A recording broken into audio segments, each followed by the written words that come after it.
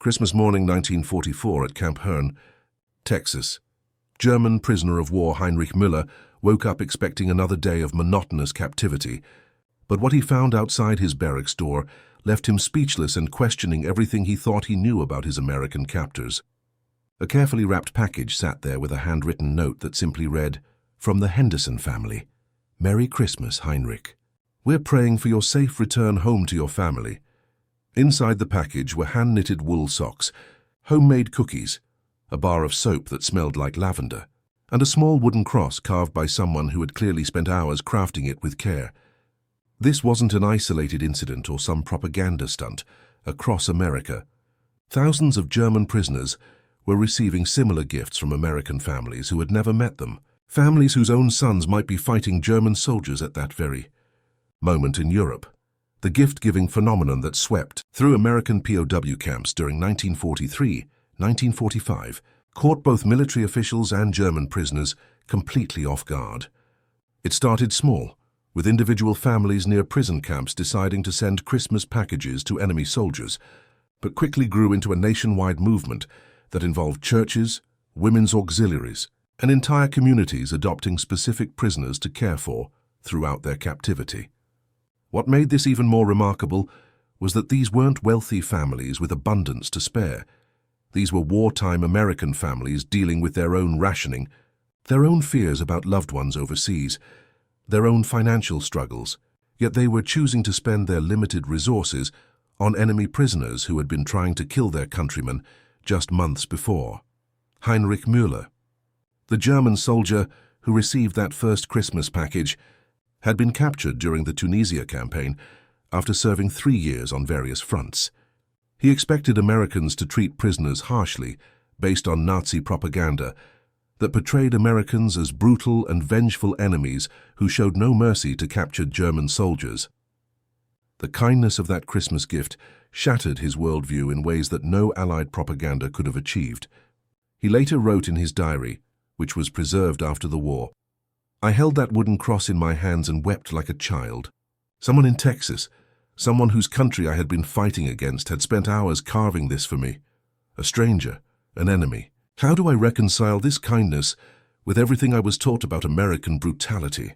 How do I explain to my family back home that the people we called monsters are treating me better than our own officers sometimes did?" The American families who initiated this gift-giving movement came from all walks of life, but they shared common motivations that reflected deeply held American values about human dignity and Christian charity. Martha Henderson, the Texas woman who sent that first package to Heinrich Müller, later explained her reasoning in a letter to her local newspaper. "My boy Johnny is somewhere in France fighting German soldiers just like Heinrich. I pray every night that if Johnny is captured, some German mother will show him the same kindness I try to show this young man. These prisoners are somebody's sons, and they're far from home and probably scared and lonely. What kind of people would we be if we didn't show basic human compassion even to our enemies?" Her sentiment was echoed by thousands of American families who began sending packages, letters and gifts to German prisoners throughout the war. The variety and thoughtfulness of gifts sent by American families revealed a level of care and consideration that German prisoners found almost impossible to believe. Maria Santos, a Mexican-American woman from California, sent monthly packages to a German U-boat sailor named Klaus Weber that included not just practical items like soap, socks and cigarettes, but also books, magazines, photographs of American landscapes, and homemade tamales that introduced the German prisoner to foods he had never imagined existed. She included letters written in broken German describing her family, her work in a defense plant, and her hopes that the war would end soon so all the young men could return to their families. Klaus later recalled that Maria's letters taught him more about American diversity and values than any textbook could have provided. Religious organizations played a particularly significant role in the gift-giving movement, with churches across America adopting German prisoners for the duration of their captivity. The First Baptist Church of Concordia, Kansas, assigned each of its Sunday school classes to care for specific prisoners, with children and adults collaborating to send packages every month. The gifts from these church groups often included handmade items that reflected hours of volunteer labor, quilts sewn by church ladies, wooden toys carved by men too old for military service, and countless pairs of hand-knitted socks and mittens. Pastor William Thompson of the Concordia Church explained the theological reasoning behind their efforts. Christ commanded us to love our enemies, and these young German men are our enemies.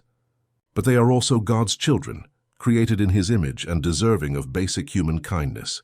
If we cannot show love to our enemies when they are powerless and in our care, how can we claim to follow Jesus? The psychological impact on German prisoners was profound and lasting.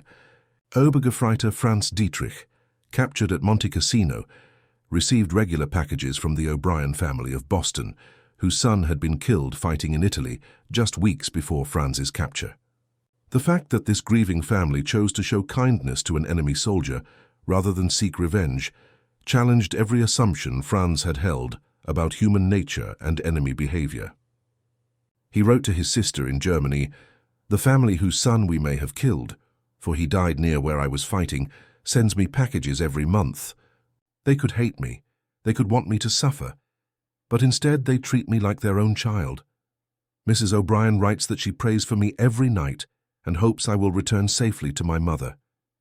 I cannot understand this level of forgiveness, but it has changed something inside my heart that I cannot name." The military authorities initially viewed the gift-giving phenomenon with suspicion and concern, worried that it might represent a security risk or undermine discipline within the camps. However, they quickly discovered that prisoners who received regular gifts from American families were actually easier to manage, more cooperative with work programs, and less likely to attempt escape or cause disciplinary problems. Colonel James Morrison, commandant of Camp Alva in Oklahoma, noted in his official reports that prisoners who maintain correspondence with American families show marked improvement in morale and behavior. They seem to develop personal investment in maintaining good relations with their adopted American families, which translates into better camp discipline and increased willingness to participate in rehabilitation programs. The gifts themselves ranged from practical necessities to deeply personal items that showed remarkable thoughtfulness on the part of American donors. Practical gifts included soap, toothpaste, socks, underwear, and cigarettes, items that were available in camp canteens but appreciated when they came with personal notes from caring strangers. But the most meaningful gifts were often the most personal ones: photographs of American families, handwritten letters sharing news and encouragement, homemade food items, books in German language, and religious materials that connected with prisoners' spiritual needs. Some families sent musical instruments, harmonicas, small accordions, or even guitars that allowed musically inclined prisoners to maintain their artistic skills and provide entertainment for their fellow inmates. Educational gifts were particularly valued by German prisoners who used their captivity as an opportunity for personal improvement and learning. The Williams family of Iowa sent English textbooks, American history books, and technical manuals to Unteroffizier Paul Schneider, who was studying to become an engineer. They included detailed letters explaining American educational system, describing their children's schools, and encouraging Paul to continue his studies so he could help rebuild Germany after the war.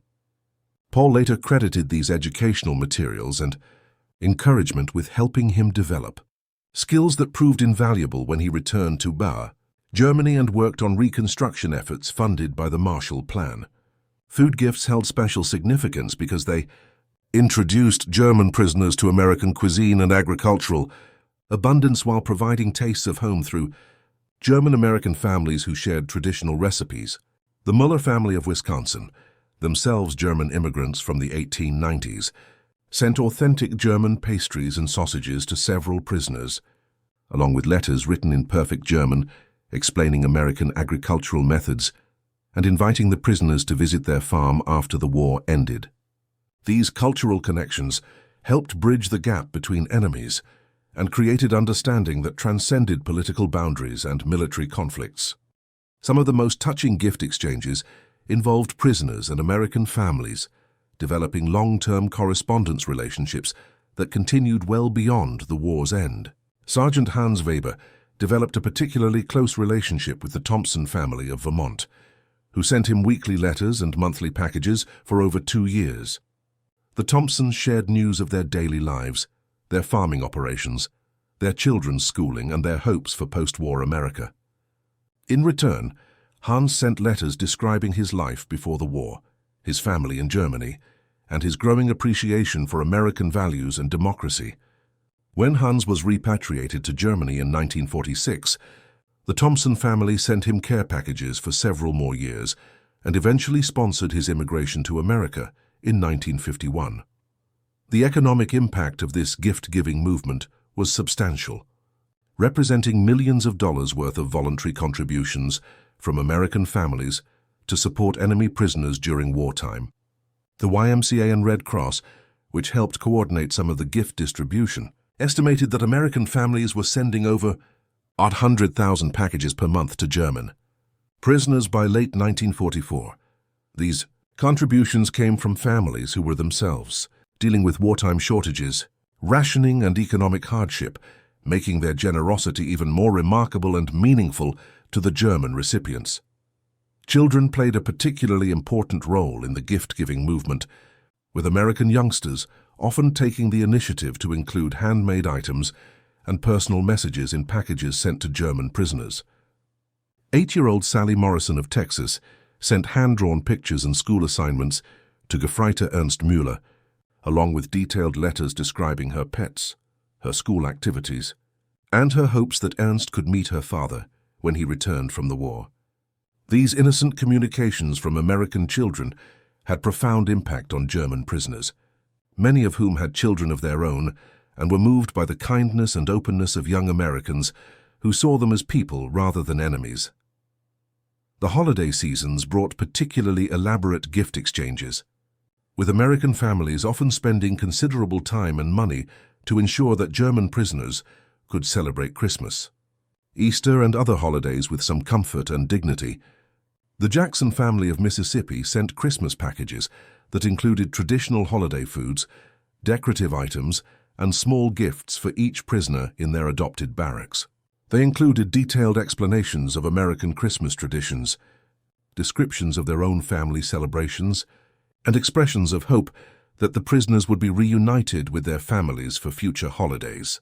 These holiday packages often reduced hardened soldiers to tears as they remembered their own family celebrations and realized that strangers on the other side of the world cared about their emotional well-being. The long-term impact of these gift exchanges extended far beyond the immediate wartime period to influence post-war German attitudes toward America and democracy. Many former prisoners who had received gifts from American families became advocates for German-American friendship and cooperation during the Reconstruction period. They carried with them vivid memories of American kindness that contradicted Nazi propaganda and made them receptive to American influence during the denazification and democratization processes that followed. Germany's defeat. Some former prisoners eventually immigrated to America, seeking out the families who had befriended them during their captivity and building lasting relationships that spanned generations. Franz Weber, who had received packages from the O'Brien family of Boston, moved to America in 1952 and maintained close contact with the O'Brien family for the rest of his life. He named his first son Patrick in honor of the O'Brien's deceased son, and the families shared holidays and celebrations for decades after the war ended. These personal relationships became bridges between former enemy nations and helped cement the strong alliance that developed between America and West Germany during the Cold War period. The gift-giving phenomenon also influenced American attitudes toward former enemies and contributed to public support for generous Reconstruction policies like the Marshall Plan. Families who had developed personal relationships with German prisoners were more likely to support efforts to help Germany rebuild after the war, seeing the German people as individuals deserving of assistance rather than as a faceless enemy deserving continued punishment. This grassroots humanization of former enemies played a crucial role in building political support for the Reconstruction, policies that transformed Germany into a democratic. Allied military historians later recognized that the spontaneous gift-giving movement represented one of the most effective forms of psychological warfare ever conducted, not because it was planned or intentional, but precisely because it was genuine and voluntary. German prisoners could dismiss official propaganda as manipulation, but they could not dismiss the sincere kindness of American families who chose to spend their own time, money and emotional energy caring for enemy soldiers. This authentic demonstration of American values accomplished what no government program could have, achieved in changing German attitudes toward America and democracy. The preserved letters and diaries of German prisoners consistently emphasize the transformative power of receiving unexpected gifts from American families. These documents, now housed in various historical archives, provide compelling evidence of how personal kindness and human connection could transcend political boundaries and military conflict. The gifts themselves may have been simple: socks, soap, cookies, and letters, but their impact on recipients was profound and lasting, creating bonds of gratitude and friendship that influenced international relations for decades after the war ended. Today, the story of American families sending gifts to German prisoners serves as a powerful reminder of the human capacity for compassion and forgiveness, even during humanity's darkest conflicts. It demonstrates that ordinary people, acting from basic human decency rather than political calculation, can accomplish extraordinary things in building bridges between enemies and laying foundations for lasting peace. The wooden cross that Heinrich Müller received on Christmas morning 1944, along with thousands of similar gifts from American families to German prisoners, represented not just individual acts of kindness, but a collective demonstration of values that would ultimately triumph over hatred and division.